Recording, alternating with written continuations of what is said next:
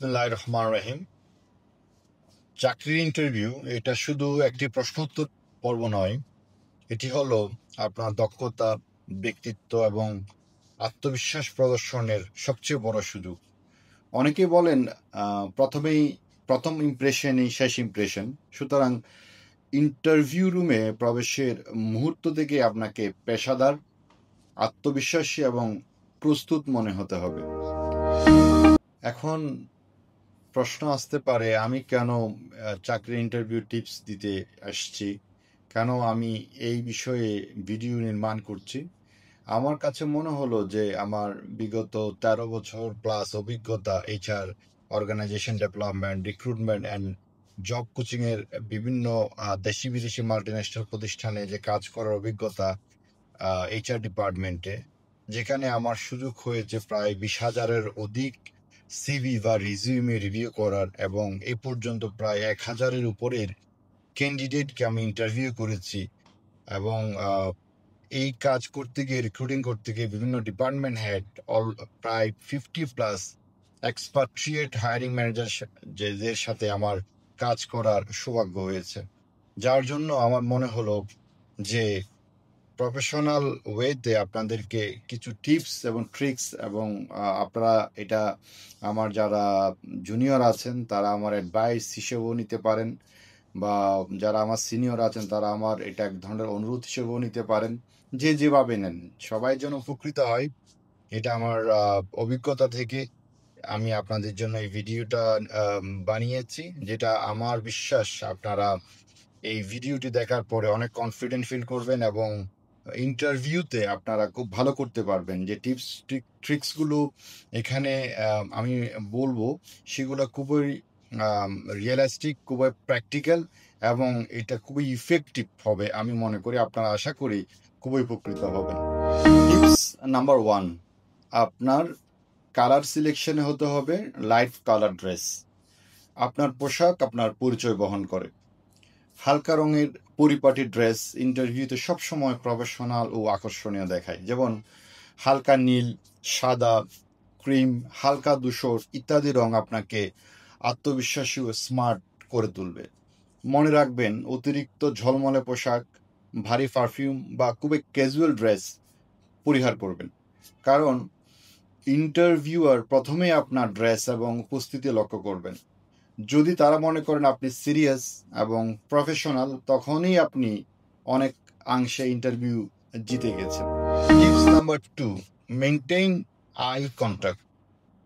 ইন্টারভিউতে যখনই সাধারণত একজন বা একের অধিক ইন্টারভিউতে বোর্ড থাকেন, ইন্টারভিউতে যখন আপনাকে কোনো প্রশ্ন করা হবে, যেই প্রশ্ন করবেন তার চোখে চোখ রেখে কথা বলবেন।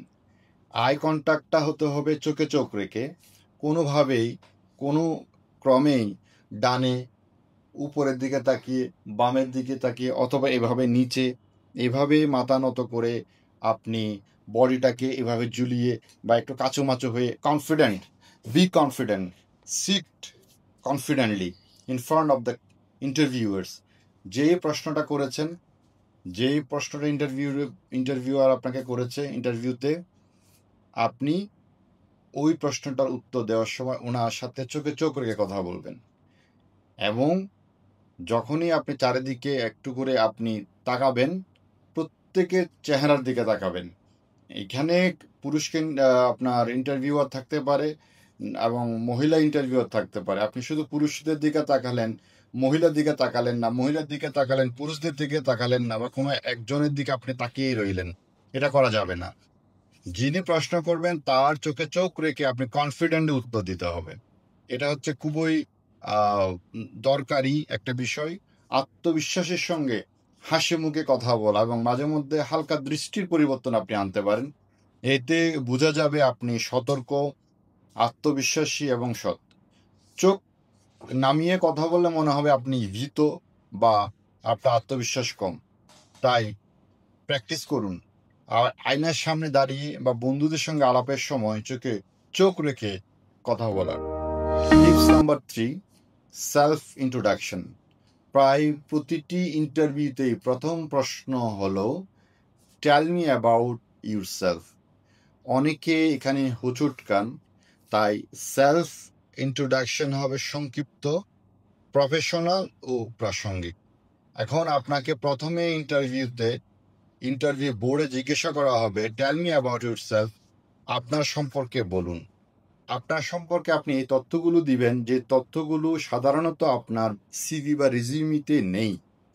এখন বলতে পারেন যে আপনি কি ধরনের উত্তর দিতে পারেন। একটা স্যাম্পল অ্যান্সার আমি দিতে পারি। যদি এই প্রশ্নটা ইন্টারভিউ বোর্ডে আমাকে করা হয়, tell me about yourself, আমি তখন বলবো আমি আমার সিভিতে আমার সম্পর্কে তথ্য দিয়েছি, যেখানে শিক্ষাগত যোগ্যতা হতে শুরু করে আমার চাকরির অভিজ্ঞতা আছে। সেই তথ্যের ছাড়াও আমি খুব পছন্দ করি প্রোগ্রাম প্রেজেন্ট করতে, কোনো অনুষ্ঠান হোস্ট করতে, এবং আমি আমার জবের পাশাপাশি আমি ব্লগিং করতে পছন্দ করি, বিভিন্ন ট্রাভেল ব্লগ করতে পছন্দ করি, এভিয়েশন ব্লগ করতে পছন্দ করি, এবং এইচআর রিলেটেড যে কমপ্লায়েন্স, লেবার ল এবং এইচআর রিলেটেড যে অ্যাডভান্স যে ট্রেনিং বা সেমিনার বা ওয়ার্কশপ হয়, ইন্ডাস্ট্রি এক্সপার্ট তাদের প্রোগ্রামগুলোতে, ওয়ার্কশপ, সেমিনারে, ট্রেনিংয়ে আমি প্রায়শই অংশগ্রহণ করি। এবং এই ব্যাপারে যে ইন্টারন্যাশনাল জার্নাল বা নিউজগুলো আছে এগুলোতে আমি প্রায় পড়ে থাকি। আপনি আপনার জব রিলেটেড, আপনার কেরিয়ার রিলেটেড কিছু ব্যাপার যেগুলো আপনি সিভিতে লেখেননি, আপনি এই বিষয়গুলো লিখতে পারেন। আপনি ট্রাভেল করতে পছন্দ করেন, আপনি যে আপনার যে হবিস আছে, হবিস নিয়ে কিছু বলতে পারেন। বাট এটা হতে হবে যেটা আপনার সিভিতে নেই, যে জিনিসগুলো আপনি সিভিতে নেই এই বিষয়গুলো আপনি উপস্থাপন করতে পারেন। আপনার যে প্রশ্নটা করা হয়, tell me about yourself, এবং সেটা হতে হবে রিলিভেন্ট, প্রাসঙ্গিক, অ্যাকর্ডিং টু ইউর জব, আপনি যে জবের জন্য অ্যাপ্লাই করেছেন।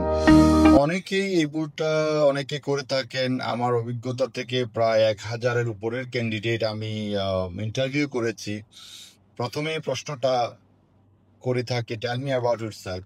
বেশিরভাগ ক্যান্ডিডেট বলে my name is this and that, আমি এখান থেকে পড়াশোনা করেছি, আমি এখানে জব করছি। এগুলো আপনার সিভিতে আছেন।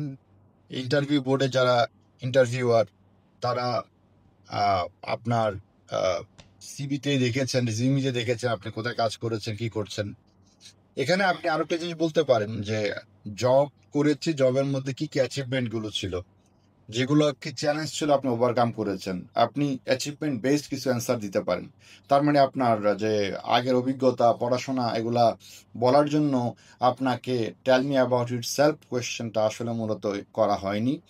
এই প্রশ্নটাই আপনার অনেকাংশে ইন্টারভিউ বোর্ডে যারা ইন্টারভিউ নেন তারা বুঝতে পারেন যে আপনি আপনাকে কিভাবে প্রেজেন্ট করতে পারেন, আপনি আপনাকে নিয়ে কত ভালো বলতে পারেন। কিন্তু বেশিরভাগ সময় আমরা দেখি আমরা অন্যকে নিয়ে অনেক কথা বলতে পারি, কিন্তু নিজেকে নিয়ে যখন কথা বলতে যাই আমরা 1-2 মিনিটের বেশি নিজেকে নিয়ে বলতে পারি না।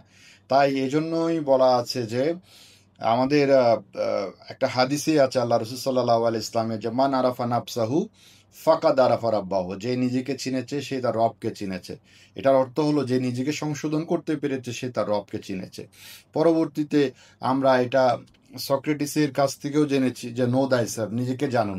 তো সেলফ, যেটা আমরা বলি যে self introduction, tell me about your সেলফে নিজেকে নিয়ে বলা, নিজের উপলব্ধি, নিজের আত্মোপলব্ধি, নিজেকে নিয়ে যে আপনি সবসময় সব কিছু ভালো প্রেজেন্ট করতে হবে তা না। আপনার অনেক ভেরিয়ার, আপনার অনেক চ্যালেঞ্জ লাইফে থাকতে পারে, আপনার অনেক সীমাবদ্ধতা, লিমিটেশন থাকতে পারে। আপনি এগুলো পজিটিভ ওয়েতে আপনি ইন্টারভিউতে আপনি এটা প্রেজেন্ট করবেন।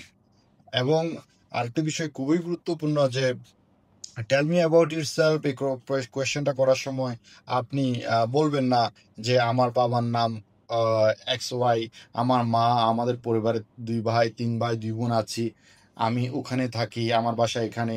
এগুলা অপ্রাসঙ্গিক। এই ইরিভেলেন্ট, অপ্রাসঙ্গিক কথাবার্তা, বেহুদা প্রশ্নের উত্তর আপনারা দিবেন না। ক্যান্ডিডেট থেকে এই প্রশ্নের উত্তর আশা করেনি ইন্টারভিউ বোর্ড। আপনার থেকে চৌকস, ডিপ্লোম্যাটিক এবং খুবই আম, প্রশ্নের উত্তর আশা করেছে, যেটা হতে হবে খুব রিলিভেন্ট। টিপস নাম্বার 4, আপনি যখনই কোনো কোম্পানিতে অ্যাপ্লাই করবেন, সিভি পাঠাবেন, সেটা হতে পারে আপনার দেশীয় কোনো ওয়েবসাইট থেকে, অথবা লিঙ্কডইন প্ল্যাটফর্ম থেকে, অথবা বিভিন্ন পত্রপত্রিকা সার্কুলার দেখে আপনি অ্যাপ্লাই করলেন। অবশ্যই আপনি জানেন আপনি কোথায় অ্যাপ্লাই করেছেন, এবং ইন্টারভিউ কল আসলে সেখানে জানতে পারবেন ইন্টারভিউ কলটা কোন কোম্পানি থেকে এসেছে। সেখানে অবশ্যই আপনাকে ইন্টারভিউতে অ্যাটেন্ড করার পূর্ব মুহূর্তে আপনি অবশ্যই এটা ভুল করা যাবে না, আপনি কোম্পানি নিয়ে একটু রিসার্চ করবেন। রিসার্চ করার মানে এই না যে আমাকে এটার উপরে পিএইচডি করতে হবে, এটা নিয়ে আমাকে গবেষণা করে আমাকে থিসিস জমা দিতে হবে। এটা রিসার্চ দ্য কোম্পানি, এই জিনিসটা হচ্ছে যে কোনো কোম্পানি এমন কাউকে নিয়োগ বা হায়ার করবে না যে আপনার কোনো এনথুজিয়াজম নাই, আপনার কোনো উৎসাহ বা উদ্দীপনা দেখা হয়নি। আমার একটা ইন্টারভিউতে আমাকে আমার জীবনের একটা অভিজ্ঞতা, আমার একটা ইন্টারভিউতে tell me about itself নিয়ে বলার পর আমাকে প্রশ্ন করেছিল, what do you know about our hospital, our organisation. তখন আমি প্রশ্ন উত্তরে বলেছিলাম যে আহ, যে thank you for giving this opportunity in this wonderful morning. এই সুন্দর সকালে আমাকে এই সুন্দর ইন্টারভিউতে ডাকার জন্য অনেক ধন্যবাদ আপনাদের সবাইকে। এবং আমি প্রথমে শুরু করেছিলাম যে আপনাদের প্রতিষ্ঠানে আমি 2-3 বার সার্ভিস নিয়েছি অ্যাজ এ প্যাশন হিসেবে, এবং এখানকার প্রাকৃতিক পরিবেশ আমাকে এতই মুগ্ধ করেছে, এতই অ্যাট্রাক্ট করেছে যে আমি এক সময় এখানে কাজ করার জন্য আমার ভিতরে একটা লালিত স্বপ্ন জেগেছিল। এবং আপনাদের সার্ভিসগুলো, আপনাদের এখানকার যে মেডিকেল ট্রিটমেন্টগুলো এত দারুণ এবং এত সুচারু এবং এত ওয়েল ডিসিপ্লিন, আমাকে ভেবেছি যে আমি এই প্রতিষ্ঠানে কাজ করতে পারলে আমিও এই ডিসিপ্লিনের মধ্যে এই দারুণ একটা প্রাকৃতিক সৌন্দর্য আমি উপভোগ করতে পারবো। এটা আমার একটা উত্তর ছিল। আপনারা আপনাদের মতো করে এই প্রাসঙ্গিক একটা উত্তর দিবেন। Recharge the company, company recharge করতে হবে। আপনি গ্লাসডোর www.glassdoor.com থেকে বিভিন্ন কোম্পানি রেটিং পেতে পারেন, রিভিউ পেতে পারেন। আপনি ওয়েবসাইট থেকে পেতে পারেন। সোশ্যাল মিডিয়া পেজ থাকে অনেক কোম্পানির, ওখান থেকে আপনি মতামত, ওনাদের প্রোডাক্ট, ওনাদের কোম্পানি বিজনেস পলিসি সম্পর্কে জানতে পারেন। আপনি তাদের ওয়েবসাইট থেকে জানতে পারেন। ওয়েবসাইটে গিয়ে অ্যাবাউট সেকশনে কোম্পানির সম্পর্কে জানতে পারেন, কোম্পানির পলিসি, রুলস, রেগুলেশন কি, এবং সোশ্যাল মিডিয়া লিঙ্কডইন প্ল্যাটফর্মে তাদের সম্পর্কে আপনি ওয়াইডলি জানতে পারেন। আপনি জেনে শুনে বুঝে কোম্পানি সম্পর্কে এই মিনিমাম স্টাডিটুকু করে আপনি যাবেন। টিপস নাম্বার 5, এখানে অ্যানালাইজ জব ডেসক্রিপশন। অনেক প্রার্থী, অনেক ক্যান্ডিডেট জব অ্যাডভার্টাইজমেন্ট পড়েও সঠিকভাবে বুঝেন না, কিন্তু জব ডেসক্রিপশনে হলো আপনার উত্তর সাজানোর প্রধান হাতিয়ার। প্রতিটি শব্দ ভালোভাবে পড়ুন। আপনি জব অ্যাডভার্টাইজমেন্টে জব ডেসক্রিপশনটা থাকে, কি পজিশনের মধ্যে জব স্পেসিফিকেশন কি, জব ডেসক্রিপশন কি, জব রিকোয়ারমেন্ট কি, খুব প্রিসাইজলি ক্লিয়ারলি অনেক অনেক জব বোর্ডগুলোতে, জব ওয়েবসাইটগুলোতে বা লিঙ্কডইনে বা পেপার পত্রিকায় জব ডেসক্রিপশনটি দেওয়া থাকে। আপনার ইন্টারভিউ বোর্ডে কি ধরনের প্রশ্ন করা হবে, কি প্রশ্ন আপনাকে করা হবে, এটার উত্তর ফাঁস হয়ে যায় জব ডেসক্রিপশনে। একদম সোজা বাংলায় যদি বলি, আপনাকে কি প্রশ্ন করা হবে সে প্রশ্নের উত্তর ফাঁস করা আছে, প্রশ্নপত্র ফাঁস করা আছে ইন্টারভিউ বোর্ডের জব ডেসক্রিপশন। কারণ জব ডেসক্রিপশনটা যখন সাজানো হয়েছিল তখন এইচআর ছিল সাজানোর সময়, এবং লাইন ম্যানেজার, ডিপার্টমেন্টের স্পেসিফিক ডিপার্টমেন্ট হেড বা লাইন ম্যানেজার, যে আপনার রিপোর্টিং ম্যানেজার হবে, তিনি এই জব ডেসক্রিপশনটা সাজিয়ে দিয়েছেন, এবং এটা এইচআরও এই জব ডেসক্রিপশনটা পড়ে দেখেছেন। তো এই জবের জন্য কি জব ডেসক্রিপশন যে রিকোয়ারমেন্টগুলো লাগবে সেগুলাকেই ওরা ড্রাফট করে জব বোর্ডে বা জব ওয়েবসাইটে বা লিঙ্কডিনে বা পেপার পত্রিকায় এই চাকরির বিজ্ঞপ্তিটা দেওয়া হয়েছে। সো প্রশ্নগুলো 100%, 99% প্রশ্ন আপনার ওখান থেকে আসবে জব ডেসক্রিপশনে। তা আপনি প্রত্যেকটা লাইন 1 by 1 রিসার্চ অ্যানালাইজ করুন। এখন ধরুন আমি একটা এক্সাম্পল দিই, ওভারঅল যেহেতু এই ভিডিওটা সবার জন্যই, কোনো স্পেসিফিক কোনো ডিপার্টমেন্ট বা কোনো একটা বিভাগের জন্য বা কোনো একটা পদের জন্য না, এটা ওভারঅল সবার জন্য উপকারের জন্য এই ভিডিওটা নির্মাণ করা হচ্ছে। তো আমি ইন জেনারেল ওয়েতে আপনাকে একটা জিনিস ক্লিয়ার করার জন্য, যদি বলা থাকে যে জব ডেসক্রিপশনে যে স্কিলস রিকোয়ার্ড, যে বলা থাকে যে কমিউনিকেশন স্কিলস বা প্রবলেম সলভিং স্কিল বা টিম ওয়ার্ক, তবে আপনার উদাহরণগুলো এসব দক্ষতার সঙ্গে মিলিয়ে বলতে হবে। উদাহরণস্বরূপ, in my previous role I successfully manage A project with a team of 10 which improved efficiency by 20%. This shows my teamwork and leadership skill. এভাবে আপনার উত্তরগুলোকে কোম্পানির চাহিদার সঙ্গে সামঞ্জস্যপূর্ণ করলে ইন্টারভিউয়ার বুঝবেন you are the right. Tips number 6, answer diplomatically.